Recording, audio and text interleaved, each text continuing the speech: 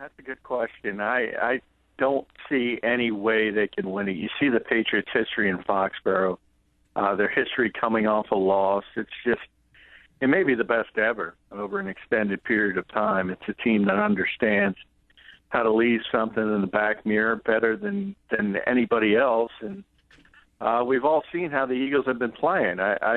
If you want to hang your hat on some hope, it's obviously injury-related, and the fact that Rob Gronkowski's not going to play, Julian Edelman's not there, and Danny Amendola is questionable, very questionable. And I would lean towards, because the Patriots probably think they could get by this one without him, that they might be willing to sit him. And there's just not a lot of firepower on the Patriots' side without those players on the field. All right, the injury stuff is big here, obviously. And I thought yesterday when asked, Chip Kelly really brought up an interesting point when he said they still have Brady, right? And I wonder if that goes to the notion of how important Chip believes the quarterback position is in this league. And does it also mean that the same way he views the Patriots, that it doesn't matter that they don't have this guy, and this guy, they have Brady, is that the same way that he is as the GM, that as long as I have the quarterback, I don't need Macklin and McCoy and Jackson because I have Bradford? Yeah, it's an interesting point. I thought it was more of a contradiction by Chip simply because I've always said my biggest indictment of his offense is the fact that Tom Brady could never fit into his offense. And I think that speaks volumes as to one of the deficiencies, one of the very major deficiencies for Chip Kelly as a head coach. But I don't think that's hardly the only mentality. Everyone in this league understands if you have not only an all-pro quarterback, but this is a Hall of Fame quarterback, you're going to be in good shape. And to a certain degree, you only need to put a certain amount of talent around them. Obviously, you need NFL-level talent, but, yeah, you're going to be good if you have Tom Brady. So it doesn't surprise me that he thinks his offense would succeed with a top-tier quarterback. The question is, how do you get it? And the question is, what type does he want? Because I certainly don't think he wants a Tom Brady type or a Peyton Manning in his prime type. And obviously everyone looks at Marcus Mariota or Russell Wilson or anybody else. That's more the style of quarterback that Chip Kelly wants. John, in your opinion, Sam Bradford, as we talk quarterbacks, can Sam Bradford make a case to come back next year? I don't think so. And for that reason, necessarily that he can't play well, he can make a case to be a starter in another city. He can do that, and I think he has an opportunity to certainly accomplish that. But just as I said with Tom Brady, and I'm not comparing Sam Bradford in any way to Tom Brady, but just in style of play, and that they're more of drop-back passers at this stage of his career. He is not the kind of guy that's going to bring the mobility to the table that Chip wants. I think he realizes that, and I think if he's back as the head coach and general manager of the team, he kind of understands he wants to get his quarterback, as you just mentioned, and Sam Bradford's just not a fit. He hasn't been so far. He's going for 3 straight games of a passer rating of over 100. Was he getting there? Was he getting, not there as the prototypical guy, but was he making strides that maybe after watching Sanchez we didn't realize that Bradford was getting better, or realistically, no, he wasn't getting better? No, he was getting better, and we talked about it on the show. I thought his best games were the 2 or 3 prior to the injury. He was improving incrementally. My point about him not being here next season is strictly related to fit. I believe if he plays well, and it's going to be difficult because New England has a very good defense, they're going to come in with a very good plan, and he's obviously going to be rusty. But moving forward in the final month after that, I think he could certainly play his way into the conversation for a starting job, whether it's in Cleveland or somewhere else. I just don't think it's here. This seems like not to mention the injuries that New England has, coupled with Philadelphia has had a lot of adversity, and they had the extra rest. I mean, if you're playing New England, this is the day. This would be the week to be able to do it. You're trying to prove a lot of people wrong. Your backs are to the wall. You've had extra rest. They're really banged up. I think this, John, really shows how fractured this franchise is in a PR sense, that nobody believes in them, even with all that. Yeah, it's amazing. It really is. When this started, and some people had them as a 2-touchdown favorite without their 4 top receivers. Because remember, Deion Lewis is also out for the season, and he would be the 4th one. So Tom Brady doesn't have all these playmakers around him. Collins is still ill, and he's questionable, and he's maybe their most dominant defensive player, he along with Chandler Jones. So they have so many issues on the injury side of it. And you're right. Nobody believes in this Philadelphia Eagles team. You never want to go to Foxborough, but as I said yesterday, if you have to go, this is the week you want to go. Yeah. And still, nobody believes in the Eagles. I don't see why they should. I'm not criticizing those people. They've given us no indication that they can pull this off. John, if they lose to the game to New England, which is likely, and they play next week a game against LaShawn McCoy and the Bills, and that stadium has a lot of green seats hanging out disguised as fans, is that the kind of wake-up call Jeffrey Lurie might get to rattle him enough to make a tough decision? Well, I don't think you're going to see that for that particular reason you just mentioned. The fact that LaShawn McCoy is coming back, I think, is going to be a little bit of a selling point. So that kind of stems that tide. Clearly, there's a certain apathy. I felt it all season. I haven't felt the same sense of fervor for this team as past Eagles teams.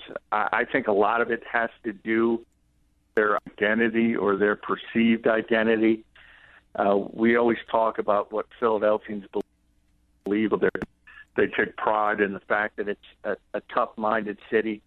And it's always been a city that embraces defense. And all of a sudden, they're giving this guy who's with the up-tempo offense and doesn't pay a lick of attention to the defensive side of the ball.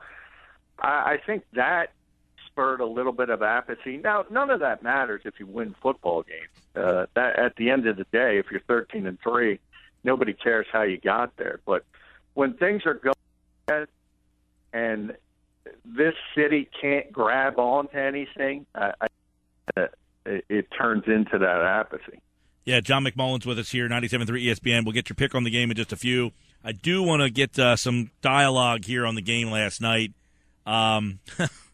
A face mask penalty, which my point of contention has been not that it shouldn't have been a face mask penalty, but why did they get rid of the old 5-yarder? And I can understand the answer is probably, well, it was subjective. Well, last night, isn't that one where you would say, yes, it should be subjective. That one should be 5 yards as opposed to a 15-yard backbreaker. Yes, it's interesting. The NFL can't win losing. You're right. They stopped it for that particular reason. It was too subjective, and it was too difficult for the players, the referees, to make the call on the field. And then you bring in technology. Why can't you look at it? Things like that. But that wasn't a penalty. By the rule in the book, I wrote it in my column at FanRack Sports in today's Pigskin, is that if you read it, as long as you can brush the face mask, as long as you don't grab, pull, do anything, and as long as you remove it immediately, it's not supposed to be a penalty. Now, Dean Blandino said that it's always called. I agree with him. It always is called. If they see it, now that's a whole nother equation. This happened in the open field, so it was rather easy to see.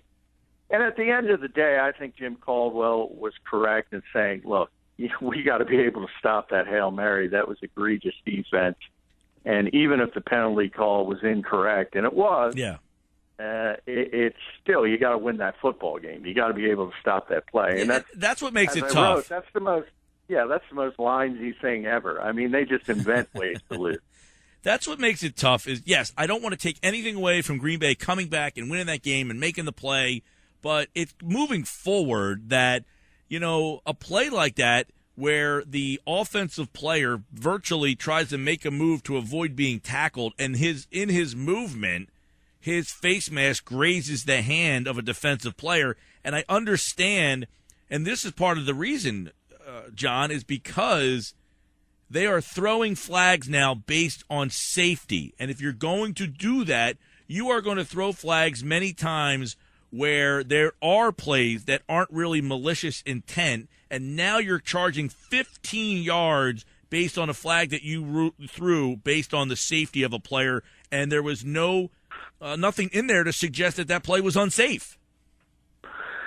No, and I don't know if the face mask, I don't know if I agree with you on the safety issue, because the face mask has always been in there, and the change from 5 to 15, I think, is a legitimate point. I think when you see the big hits on offensive players, perhaps in the middle of the football field, that are completely legal, and I call them the woo hits, and you'll hear the entire crowd woo, and all of a sudden the flag comes out 10, 15 seconds after the play is over because they hear the reaction, they see the hit, the guy might be lying on the ground, they injured, and they automatically assume it's a safety issue, and it was a completely legal hit. I think that's the more issue I have with the safety dogma, and there's no question.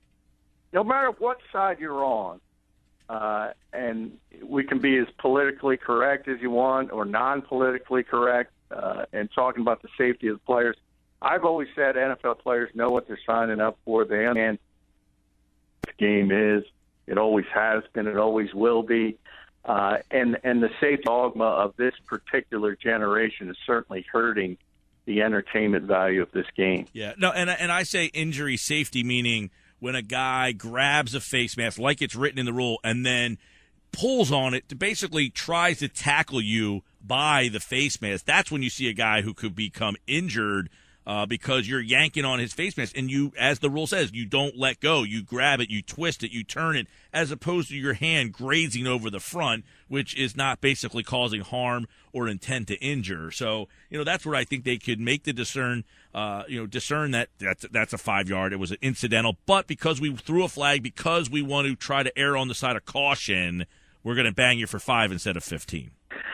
Yeah, and the referee's defense, they're told to err on the side of caution constantly. And don't a lot of the criticism.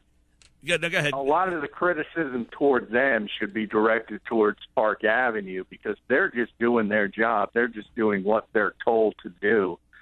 And unfortunately, I talk about it all the time. I write about it all the time. This league is tremendously over-legislated, and they've made it far more difficult for the on-field officials, and they get far more criticism because there's far more controversial calls, and that's the fault of the league office because they wanted it this way, and unfortunately that's what they got. Which is funny. Jim Diopoulos, the former NFL supervisor of officials, 12 years in that role, tweeted last night, just looked at that face mask call. There was no grab nor any twist, just an incorrect call. So here's a guy who used to be the super. Was that? 100%. He's 100% right. Right. And that's what I wrote in my column today. He's the former supervisor of officials, so he's one guy who used to be in charge of these guys saying one thing, and now you got another guy who's in charge of them saying something different. Yeah, but understand when he was in the office, the mentality was different than it is now, and it is far different. So I don't think necessarily he or Dean Blandino is wrong. And actually, Blandino kind of went in sort of the deniability route by saying it's always called, and not saying necessarily it's right, but if that play happens and the referee sees it, he's going to throw the flag. That part I agree with, because 9 times out of 10 they're going to throw the flag if they see it on that play. But as I wrote, by the letter of the law, if you read the rule book, there's no question. That's where Jim's right. It is not a penalty. It is not a foul. All right, and he's the former NFL supervisor of officials, Jim Diopoulos. And we've had him on the show before. We're going to see if we can try to have we been able to run him down at all? Nothing. We're hitting dead ends on that one. All right, we'll try to get him. I know we've had him before. He's usually pretty accessible. We'll see if he can come on. John McMullen, everybody. All right, John, give us your pick for Eagles and the Patriots. I was surprised, not by the pick, but the score.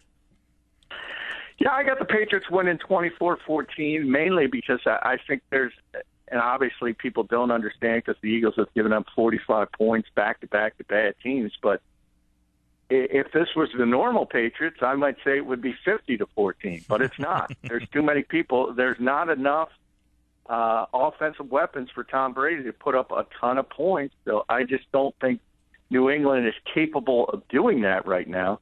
But I don't think Philadelphia is capable of winning the football game. Yeah, it's the 10-point spread right now. It's only the second time the Eagles are a double-digit underdog since 2007. So think about how far the Eagles have fallen. He's John McMullen, everybody, and he'll be live with me on Tuesday at the Golden Nugget in Atlantic City. And we will have more on this game and all of the NFL action. Thanks, John.